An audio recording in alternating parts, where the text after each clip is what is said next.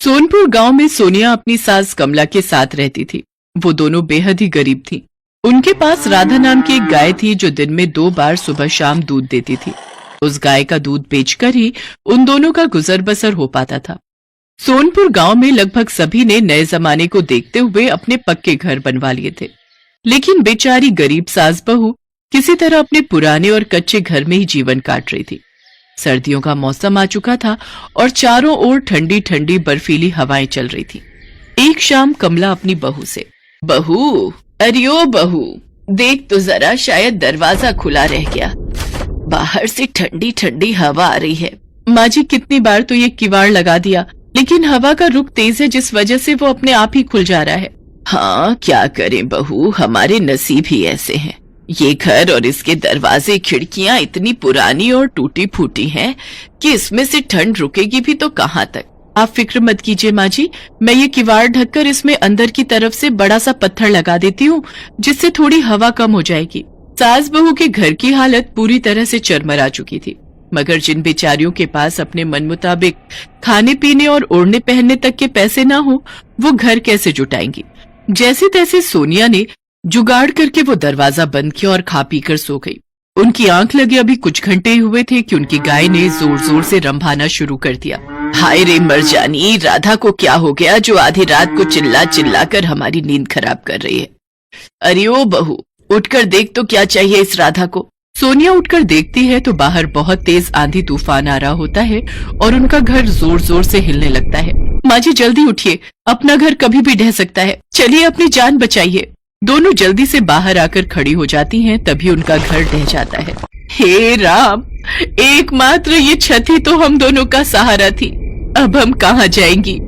तू इतना निर्दयी क्यों है भगवान। एक तो हमारे सर पर छत नहीं और ऊपर से ये कड़ाके की ठंड। दोनों सास बहू सारी रात राधा के साथ गौशाला की उस खुली झोपड़ी के नीचे खड़े होकर गुजारती है। सुबह होते ही सोनिया मिट्टी के ढेर के नीचे दबे अपने सामान को बटोरती है। माँ जी, जरूरत का कुछ सामान तो मुझे मिल गया है, लेकिन अब हमें रहने के लिए कोई ना कोई इंतजाम तो करना ही होगा। कल की रात तो हमने जैसे तैसे जाड़े में काट ली, लेकिन अब और नहीं काट सकते। तू चिंता मत कर बहू, मैं सेठ से कुछ पैसे उधार लाती हूँ। कम से कम एक बार पक्का घर बनेगा तो हर साल रोना तो नहीं पड़ेगा। इसी सोच के साथ वो सेठ के घर जाती है। सेठ जी, मुझे कुछ पैसे उधार दे दीजिए। कल रात तूफान में हमारा घर ढह गया, पक्का घर बनवाने के लिए कुछ पैसे उधार दे दीजिए, आपकी बड़ी मेहरबानी होगी। मुझ गरीब की दुआएं आपको लगेंगी। दुआओं का क्या मैं अचार डालूंगा है? मैं बिना मुनाफे के कोई सौदा नहीं करता, समझे। पहले तुम्हें अपनी कोई चीज गिरवी रखनी होगी, तभी मैं तुम्हें पैसे उधार दे पाऊंगा। लेकिन मुझ गरीब के पास तो गिरवी रखने के लिए कुछ भी नहीं है। इतना झूठ बोलती हो तुम कमला। तुम्हारे पास तो हीरे के रूप में तुम्हारी जवान बहू है, उसे तुम मेरे पास गिरवी रख दे। जब तू मेरा पैसा लौटा देगी तब उसे ले जाना। नीच कमीने, तेरी सोच कितनी घटिया है। अरे हम गरीब जरूर हैं, लेकिन सौदागर नहीं। एक गरीब के लिए उसकी इज्जत ही जीवन भर की जमा पूंजी होती है। फिर कमला गुस्से में वहाँ से चली जाती है। उसे आता देख सोनिया उससे पूछती है, अरे माँ जी, आ गई आप? क्या हुआ, सेठ जी ने पैसे दे दिए क्या? कमला उसको सारी बात बता देती है, जिसे सुनकर सोनिया को बड़ा धक्का लगता है और वो कहती है, आज भी दुनिया में ऐसे भेड़िए बैठे हैं माँ जी, जो गरीब बेसहारा औरतों को अपना शिकार बनाना चाहते हैं। वो तो ऊपर वाले का शुक्र है कि दूध खरीदने वाले ग्राहकों ने हमें दूध के पैसे दे दिए, लेकिन बहू, इतने कम पैसों में पक्का घर नहीं बन सकता। अभी वो दोनों बात कर ही रही होती हैं कि तभी वहाँ सेठ अपने कुछ लोगों के साथ पहुँच जाता है और कहता है, शायद तुम भूल रही हो, तुम्हारी ये जमीन अब मेरी है। तुम्हारे पति ने इस जमीन को मेरे पास गिरवी रखा था, लेकिन वो उसको छुड़वाए बिना ही मर गया, इसलिए अब इस जमीन पर मेरा कब्जा है। चलो अब निकलो यहाँ से।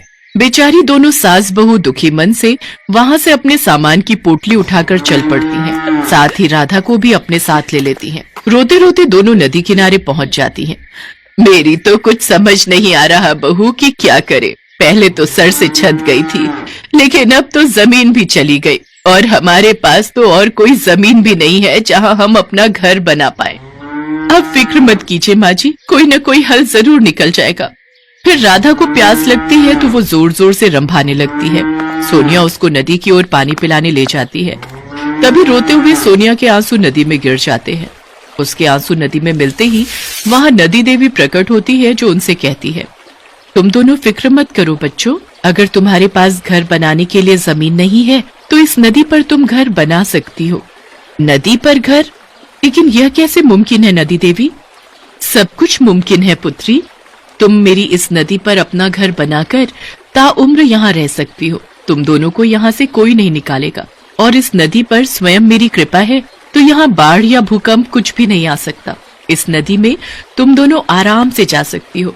तुम्हारी नदी पर बने घर में कोई भी आ जा सकता है, लेकिन तुम दोनों के अलावा और कोई इस नदी पर अपना घर नहीं बना सकता। ये कहकर नदी देवी अंतर ध्यान हो जाती है। आपका बहुत बहुत शुक्रिया नदी देवी। सोनिया और कमला राधा के साथ बड़े आराम से उस नदी के ऊपर चलने लगती हैं।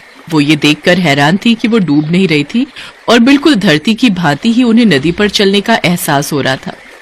बहू, घर बनाने के लिए जगह तो हमें मिल गई, लेकिन हम घर बनाएंगे कैसे? हमारे पास तो पैसे ही नहीं है। आप परेशान मत होइए माँ जी, हमारा घर जरूर बनेगा, और वो भी बिना पैसों के। जब मैं छोटी थी तब मेरे नाना फूस, मिट्टी और गोबर से घर बनाते थे, तो बस अब हम भी ऐसे ही घर बनाएंगे।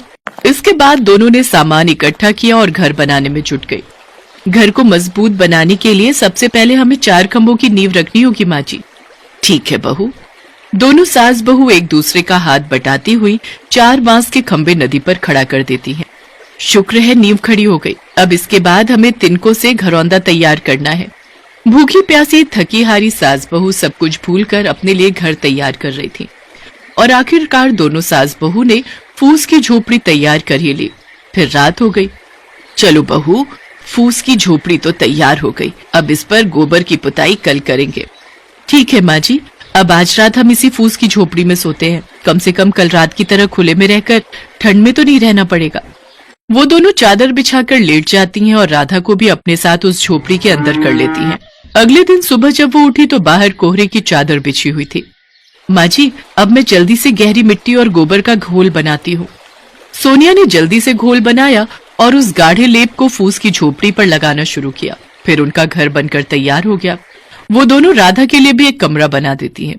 नदी में बने उनके गोबर के घर को देखकर सभी हैरान रह जाते हैं। उनका घर सभी को बहुत पसंद आया और कुछ ग्वाले उनके पास आए और कहने लगे, सोनिया बहू, तुम्हारा घर सबको बहुत पसंद आया। हम तो कई सालों से ग्वाले रहे हैं, लेकिन कभी भी इस ओर ध्यान ही नहीं गया कि गोबर का घर भी बन सकता है। हाँ, हम सब चाहते हैं कि तुम हमारी गायों के लिए भी ऐसा ही घर बनाकर तैयार करो, और इसके लिए हम तुम्हें प्रत्येक गौशाला घर बनाने के 12,000 रुपए देंगे। दोनों सास बहू इसके लिए हामी भर देती हैं। कई दिन बीत जाने के बाद, ये देखिए माँ जी, आज गायों के बसेरे के लिए गोबर घर बनाकर हमने कितने पैसे इकट्ठे कर लिए। हाँ बहू, हमने तो ऐसा कुछ सोचा भी नहीं था कि इस तरह गोबर का घर बनाकर हमारे ऊपर जो बरसों की गरीबी का अंधेरा छाया हुआ है वो छट जाएगा। वो दोनों बातें कर ही रही होती हैं कि तभी हाथ में बैग लिए एक पढ़ी लिखी मैडम उनके पास आती है और कहती है, नमस्ते, क्या नदी में गोबर का घर बनाने वाली सास बहू आप ही हैं? जी कहिए मैडम, आप कौन है मैडम? मैं एक सरकारी मुलाजिम हूँ और मुझे यहाँ सरकार ने भेजा है। आपकी नदी में गोबर घर बनाने के आइडिया के लिए सरकार ने आपको पूरे 10 लाख का इनाम दिया है। इको फ्रेंडली एनवायरनमेंट और लोगों को अपनी पुरानी संस्कृति से जोड़ने के लिए आपकी जो ये पहल है, उससे हमारी सरकार बहुत खुश है। आपका बहुत बहुत शुक्रिया मैडम, आपकी बड़ी बड़ी मेहरबानी।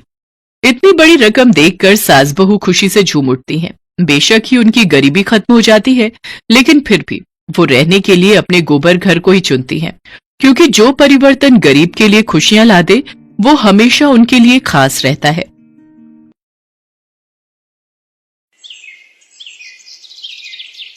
भीखू और उसकी पत्नी ममता का एक छोटा बेटा था।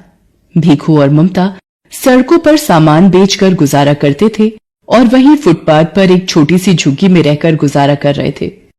ममता दोबारा गर्भवती थी, इसलिए वो झुग्गी के आसपास ही रुकने वाले वाहन के लोगों को सामान बेचती थी। एक दिन ममता पुल वाली लाल बत्ती काफी देर तक रहती है, इस वजह से वहां भीड़ भी काफी रहती है। मैं सोच रहा हूँ आज थोड़ी देर वहीं सामान बेचकर आ जाता हूँ। इतनी भीड़ में ध्यान से जाना, लाल बत्ती खत्म होते ही गाड़ियां रफ्तार से दौड़ती हैं। भीखू पुल के नीचे सामान बेचने चला जाता है। ले लीजिए भैया, ये खिलौना आपके बच्चे के लिए। ये गुब्बारा ले लो भैया। हाँ हेलो, ये गुड़िया कितने की दी? 20 रुपए की है साहब। 20 रुपए? 10 रुपए की लगा ले, दे रहा है तो। इतनी देर में लाल बत्ती का सिग्नल खत्म हो जाता है। ले लो साहब, आप 10 रुपए ही दे दो। भीखू 10 रुपए लेकर जैसे ही गाड़ी वाले को गुड़िया पकड़ाकर पलटता है, एक गाड़ी उसे धक्का मार देती है। जैसे ही भीखू नीचे गिरता है, एक और गाड़ी उसे कुचल देती है। भीखू वहीं मर जाता है। भीखू के साथ एक और व्यक्ति जो सामान बेचता था, वो ये दुर्घटना देख लेता है और ममता को बताता है। नहीं, ये नहीं हो सकता। मैं किसके सहारे जीऊंगी? आप मुझे क्यों छोड़ गए सूरज के बापू? बापू आप कहाँ चले गए? बोलो बापू। ममता सूरज के हाथ से भीखू का अंतिम संस्कार करती है। भीखू के देहांत के बाद ममता बिल्कुल अकेली हो गई थी। एक दिन ममता बेटे सूरज और गोद की बच्ची को लेकर दिन भर सड़कों पर गुब्बारे बेचती थी। एक दिन, सूरज तू यहीं सोनी के पास रहना, आज धूप और गर्मी ज्यादा है, इसलिए तुम दोनों यहीं रहना। मैं कुछ गुब्बारे और पेन बेचकर सोनी के लिए दूध और तुम्हारे लिए रोटी ले आऊंगी। ममता गुब्बारे और पेन बेचने चली जाती है। साहब पेन ले लो, 10 रुपए में 5 पेन है, ले लो ना साहब। ले लो बीबी जी, ये गुब्बारा ले लो, आप खरीद लोगी तो मैं बच्चों के लिए कुछ खाने को ले जाऊंगी। ममता बड़ी मुश्किल से कुछ गुब्बारे बेच पाती है और थोड़ा दूध और रोटी बच्चों के लिए खरीद कर लाती है। तभी एक महिला ममता के पास आती है। ममता, कल हमें ये झुग्गियां खाली करनी पड़ेंगी। यहाँ से अब तू भी कहीं और रहने की जगह ढूंढ ले। मैंने तो एक बस्ती में 100 रुपए किराए पर एक झुग्गी ले ली है, बस तुझे ही खबर देने आई थी। हे भगवान, अब अपने दोनों बच्चों को लेकर कहाँ जाऊंगी? अपने बच्चों के रहने के लिए मुझ गरीब का घर कहाँ से लाऊंगी? ममता अपने बच्चों को लेकर एक दुकान के बाहर बैठ जाती है। तभी सामने एक ऑटो रिक्शा पलट जाता है और एक महिला ऑटो रिक्शा से गिर जाती है। ममता भागती हुई महिला के पास जाती है। ओ भैया, कैसे ऑटो रिक्शा चला रहा था? देखकर नहीं चला जाता? जल्दी इन्हें हॉस्पिटल लेकर चलो। ममता उस महिला को संभाले बच्चों के साथ हॉस्पिटल पहुंचती है। ऑटो वाला ममता और उस महिला को अपने ऑटो से उतार कर भाग जाता है। सूरज, जा जल्दी से उन भैया को बुला कर ला, वो माँ जी को अंदर ले जाएंगे। डॉक्टर उस महिला को देखता है। देखिए, इनकी रीढ़ की हड्डी टूट गई है, तो अब इनको कंप्लीट बेड रेस्ट की आवश्यकता है। इनके घर से जो भी सदस्य हैं उन्हें आप बुला लीजिए। डॉक्टर, मैं नहीं जानती ये कौन है। इनका एक्सीडेंट हुआ तो मैं इन्हें यहाँ ले आई। डॉक्टर, इन्हें कब तक होश आ जाएगा? तभी ये अपने बारे में बता पाएंगे। 1 से 2 घंटे में इन्हें होश आ जाएगा। लगभग 2 घंटे बाद उस महिला को होश आता है और वो अपने बारे में बताती है। मेरा नाम राज रानी है।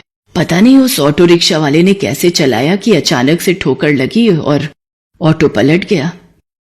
उसके बाद मुझे धुंधला सा याद है कि तुमने मुझे उठाया था और ऑटो में बिठाया। तुम्हारा बहुत बहुत शुक्रिया बेटी, जो तुम मुझे यहाँ ले आई। माँ जी, आपकी रीढ़ की हड्डी में फ्रैक्चर हुआ है, इसीलिए आपको घर ले जाने के लिए एम्बुलेंस की व्यवस्था करनी होगी। बेटी, मेरे पति अपने बिजनेस के काम से दूसरे शहर गए हुए हैं। मेरी एक सहायता करो, एम्बुलेंस में मेरे घर तक पहुंचने में मेरी मदद कर दो। डॉक्टर, मैं बिल अकाउंट से भर दूंगी, आप एक एम्बुलेंस की व्यवस्था करा दीजिए। माँ जी, आप बिल्कुल भी चिंता मत करिए, मैं आपके साथ ही चलूंगी। ममता राज रानी को एम्बुलेंस में घर तक लेकर आती है। राज रानी को उस वक्त एक सहारे की बहुत जरूरत थी, जो ममता के रूप में उन्हें मिला था। घर पहुंचकर राज रानी अपने पति महेंद्र नाथ को फोन पर सारी बात बताती है। ममता, मैंने अपने पति को फोन कर दिया है, वो कल सुबह ही वापस आ रहे हैं। क्या तुम कल सुबह तक मेरे पास रह सकती हो? ममता राज रानी की बातों को सुनकर रोने लगती है। क्या हुआ ममता, तुम अचानक रोने क्यों लगी? कोई जबरदस्ती नहीं है बेटी, तुम अगर नहीं रुकना चाहती तो कोई बात नहीं। और फिर तुमने इतना कुछ किया है मेरे लिए, वो एक बहुत बड़ी बात है। ममता राज रानी को अपने रोने का असली कारण बताती है और अपनी जिंदगी की सारी आपबीती सुनाती है, जिसे सुनकर राज रानी की आंखों में आंसू आ जाते हैं। आप ही बताइए माँ जी, अब मैं क्या करूं? अपने इन छोटे बच्चों को लेकर कहाँ जाऊं? चिंता मत करो बेटी, भगवान सब ठीक करेंगे। वहां सामने मेरी रसोई है, तुम वहां जाकर अपने लिए भी भोजन बनाओ, मेरे लिए भी, और इन बच्चों को भी खिलाओ। कब से तुम मेरी वजह से भूखी हो और बच्चे भी तुम्हारे साथ भूखे हैं। माँ जी, पहले आप ये दवाई ले लीजिए और आपको किसी भी चीज की जरूरत हो तो मुझे आवाज लगा देना।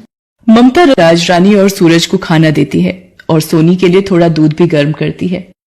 अगले दिन जब महेंद्रनाथ वापस आता है तो उसे सारी बात पता चलती है। वो भी ममता का धन्यवाद करते हैं।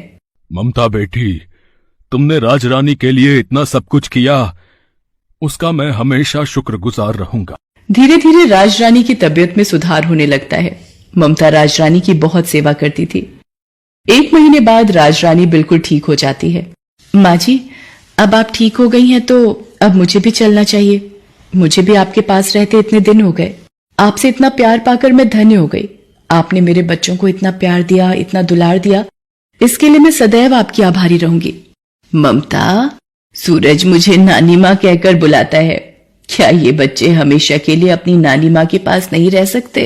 हाँ ममता बेटी, हम दोनों की कोई औलाद नहीं है, पर सूरज और सोनी को देखकर हमारे मन में नाना नानी वाला प्यार उमड़ पड़ा। तुमने राजरानी की माँ जैसे सेवा की है बेटा।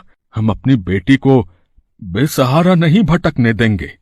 ममता की आंखें आंसुओं से भर आती है। बेसहारा को सहारा मिल जाता है। ममता राजरानी के गले लग जाती है।